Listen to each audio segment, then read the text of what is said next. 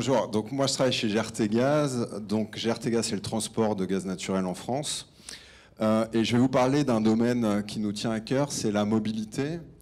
Donc la mobilité aujourd'hui, il faut voir que dans la transition écologique, c'est celle qui tarde un peu à faire sa révolution, hein. On est dans un secteur qui est toujours en augmentation de ses émissions de CO2. Le gaz naturel dans la mobilité, ça existe depuis assez longtemps. Plutôt la mobilité lourde, vous entendez peut-être parler de GNL sur les bateaux, donc de gaz naturel liquéfié sur les bateaux. C'est en développement sur les poids lourds. On a des croissances aujourd'hui, et c'est rassurant pour l'avenir, qui sont élevées, car le gaz naturel apporte sur la mobilité des réductions de gaz à effet de serre et des réductions aussi sur les polluants quand on parle de NOx et particules fines. Je vous parle des véhicules lourds. Finalement, ce n'est pas l'objet de ce défi-là, parce que le développement sur les véhicules lourds, on commence à apercevoir une possibilité de développement sur les véhicules légers avec une solution qui pourrait, en complémentarité de l'électricité, apporter une autonomie nécessaire pour que le marché s'intéresse à la solution. Et l'autre point qui est essentiel dans cette mobilité qui irait vers les véhicules plus légers, Daniel, côté GRDF, on a parlé, c'est tout l'aspect biométhane, économie circulaire, qui permet de voir dans ces véhicules-là des solutions environnementales qui sont extrêmement intéressantes.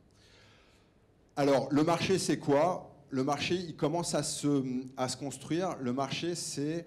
on parle de 2 millions de véhicules à horizon 2035. Alors, ce n'est pas nous qui le disons, hein. Nous, on est transporteurs de gaz naturel. C'est la PFA qui regroupe les intérêts des acteurs de la mobilité.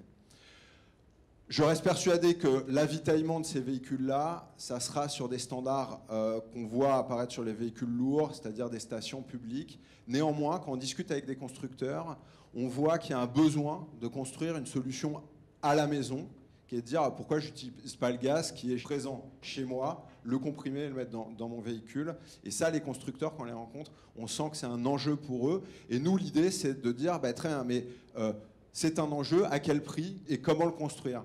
Donc, vous voyez, on a recensé ce qui nous apparaît comme essentiel, hein, c'est que ça doit remplir une voiture rapidement, ça ne doit pas faire de bruit et ça doit être surtout à des coûts qui sont aux alentours de 300 €. Les gens souvent prennent le pendant avec alors j'ai l'impression qu'il y a beaucoup de gens qui font de la plongée dans le monde de la voiture, mais voilà, les compresseurs pour remplir des bouteilles de plongée, c'est l'ordre de grandeur. Pourquoi ça coûterait pas ça? Donc vous voyez, c'est finalement relativement simple, c'est remplir un véhicule chez soi avec du gaz naturel et à des coûts qui sont maîtrisés. Les partenaires, forcément, ça passe par des startups qui ont peut-être des idées en rupture, mais aussi avec des gens derrière de l'industrie, hein, on parle de compression. Ça peut être aussi avec des gens sur la promotion immobilière qui réfléchissent à ces idées de demain. On parle de la Smart City. Donc voilà, libre à vous de nous solliciter pour nous aider à construire ce projet-là.